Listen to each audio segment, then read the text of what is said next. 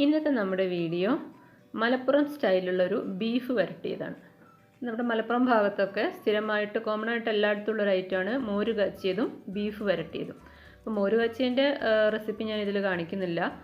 Beef വരട്ടിയത്, ഒരു തനി നാടൻ ബീഫ് വരട്ടിയത് എങ്ങനെ ഉണ്ടാക്കുക എന്നാണ് നമ്മളിതിൽ കാണിക്കാൻ പോകുന്നത്. ഇതൊരു തനി നാടൻ ഒരു റെസിപ്പിയാണ്.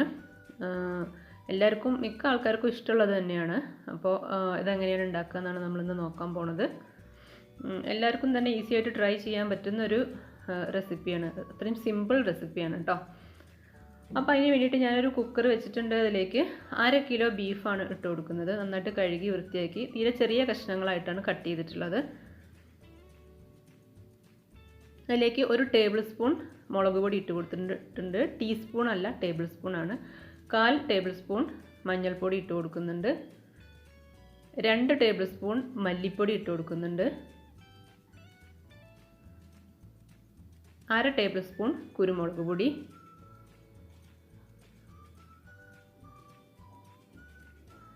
പാകത്തിനുള്ള ഉപ്പ് ഇട്ട് കൊടുക്കുക. ബീഫിലേക്ക് ആവശ്യമായ ഉപ്പ് ഈ സമയത്ത് തന്നെ ഇട്ട് കൊടുക്കുക.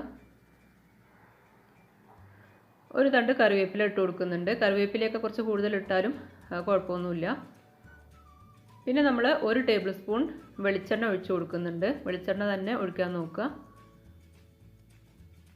ഇനി ഇത് നമ്മൾ നന്നായിട്ട് മിക്സ് ചെയ്യണം.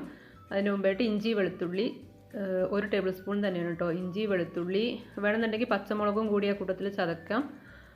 അതിൻ്റെ പേസ്റ്റ്, ഇഞ്ചി വെളുത്തുള്ളി പച്ചമുളക്. ഞാനിപ്പോൾ ഇഞ്ചി വെളുത്തുള്ളി മാത്രമേ എടുത്തിട്ടുള്ളൂ. കൈ വെച്ചിട്ട് തന്നെ നന്നായിട്ട് മിക്സ് ചെയ്യുക. അപ്പോഴേ ശരിക്കും അതിലേക്ക് ആ മസാലയൊക്കെ അതിലേക്ക് അങ്ങ് പിടിക്കുള്ളൂ. ഇനി ഒന്നും ചെയ്യാനില്ല, വെള്ളമൊന്നും ഒഴിക്കേണ്ട ഒട്ടും. കുക്കർ അടച്ച് വെച്ചിട്ട് നന്നായിട്ട് വേവിച്ചെടുക്കുക.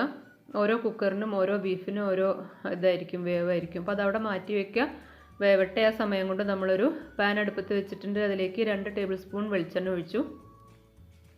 ഒരു വലിയ സവാള സ്ലൈസ് ചെയ്ത് ഇട്ട് കൊടുക്കുന്നുണ്ട്. ചെറുതാണെങ്കിൽ 2 എണ്ണമൊക്കെ എടുക്കാം. ഇതിപ്പോൾ കുറച്ച് വലുത്, ഒരു മീഡിയം സൈസ് ആയതുകൊണ്ട് ഞാൻ 1 എണ്ണ എടുത്തിട്ടുള്ളൂ. സവാള ഒന്ന് വാടി വരണം. നന്നായിട്ടൊന്ന് വാടി വന്നാൽ ഇതിലേക്ക് ഇഞ്ചി വെളുത്തുള്ളി പേസ്റ്റ് 1 ടേബിൾ സ്പൂൺ തന്നെ ഇട്ട് കൊടുത്തിട്ടുണ്ട്. നമ്മൾ നേരത്തെ 1 ടേബിൾ സ്പൂൺ ഇട്ടിട്ടുണ്ട്. ഈ സമയത്തും 1 ടേബിൾ സ്പൂൺ ഇട്ടു. നന്നായിട്ട് അതിൻ്റെ റോ ടേസ്റ്റൊക്കെ മാറാൻ വേണ്ടിയിട്ട് ഒന്ന് ഇളക്കിയെടുക്കുക. വീണ്ടും നമ്മളൊരു തണ്ട് കറിവേപ്പില ഇട്ട് കൊടുക്കുന്നുണ്ട്.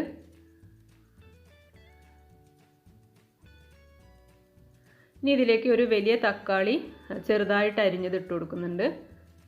തക്കാളി 2 എണ്ണം ഇട്ടാലും കുഴപ്പമില്ല, ടേസ്റ്റ് കൂടുതൽ കിട്ടും. ഞാനിപ്പോൾ 1 എണ്ണ ഇട്ടിട്ടുള്ളൂ. ഇനി അതും നന്നായിട്ട് മിക്സ് ചെയ്തെടുക്കുക. തക്കാളി പെട്ടെന്നൊന്നായി വരാൻ വേണ്ടിയിട്ട് നമ്മളൊരു 5 മിനിറ്റൊക്കെ ലോ ഫ്ലെയിമിലൊന്ന് അടച്ച് വെച്ചാൽ മതി. അപ്പോൾ പെട്ടെന്ന് തന്നെ തക്കാളിയൊക്കെ സോഫ്റ്റായി വന്നോളും. ഇപ്പോൾ ഇതാ കണ്ടോ, തക്കാളിയൊക്കെ ഒരു 5 മിനിറ്റൊക്കെ ലോ ഫ്ലെയിമിൽ ഇട്ടിട്ട് അടച്ച് വെച്ചപ്പോൾ നല്ല സോഫ്റ്റായി വന്നിട്ടുണ്ട്. അപ്പോൾ പെട്ടെന്ന് തന്നെ റെഡിയാവും. നമ്മൾ വെറുതെ വഴറ്റിക്കൊണ്ടിരുന്ന തക്കാളി പെട്ടെന്നൊന്നും അങ്ങോട്ട് ആയി കിട്ടൂല. ഇതിലേക്ക് 2 വറ്റൽമുളക് ഇതുപോലെ കഷ്ണങ്ങളായിട്ട് ഇട്ട് കൊടുക്കുന്നുണ്ട്. ഇത് നമ്മൾ ഉള്ളി വഴറ്റണ സമയത്ത് തന്നെ ഇട്ട് കൊടുക്കണം, ആണ് നല്ലത്. ഞാൻ ആ സമയത്ത് മറന്നുപോയതാണ്. അപ്പോൾ ഉള്ളി വഴറ്റിക്കൊണ്ടിരിക്കുമ്പോൾ തന്നെ ഇട്ട് കൊടുക്കുക. ഇനി ഇതിലേക്ക് വീണ്ടും 1 ടേബിൾ സ്പൂൺ മല്ലിപ്പൊടി ഇട്ട് കൊടുത്തു. 1/2 ടേബിൾ സ്പൂൺ മുളക് പൊടി, 1/4 ടേബിൾ സ്പൂൺ കുരുമുളക് പൊടിയും കൂടി ഇട്ട് കൊടുത്തു. എന്നിട്ട് ആ പൊടികളുടെയൊക്കെ റോ ടേസ്റ്റ് ഒന്ന് മാറാൻ വേണ്ടിയിട്ട് നന്നായിട്ടൊന്ന് മിക്സ് ചെയ്ത് കൊടുക്കുക.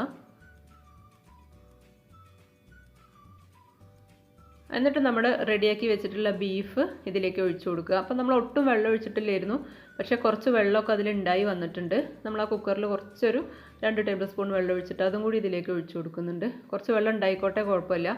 ഇനി ഇതിൽ കിടന്നൊന്ന് വേവാനുണ്ട്. ഇത് ശരിക്കും കുക്കറിൽ ഇട്ടിട്ട് തന്നെ നന്നായി വെന്തിട്ടുണ്ട്. പക്ഷേ നമ്മൾ ഈ മസാലപ്പൊടികളും ഇതെല്ലാം ഇതിലേക്കൊന്ന് പിടിക്കാൻ വേണ്ടിയിട്ട് കുറച്ച് സമയം ഇതിൽ കിടന്നൊന്ന് സെറ്റ് ആവാനുണ്ട്. അപ്പോൾ വിറകടുപ്പിലാണ് സാധാരണ ഇത് ഉണ്ടാക്കുക. അപ്പോഴാണ് ഇതിന് കൂടുതൽ ടേസ്റ്റ് കിട്ടുക. മൺചട്ടിയിലൊക്കെ വെച്ച് ഉണ്ടാക്കണം, അപ്പോഴാണ് കൂടുതൽ ടേസ്റ്റായി വരിക.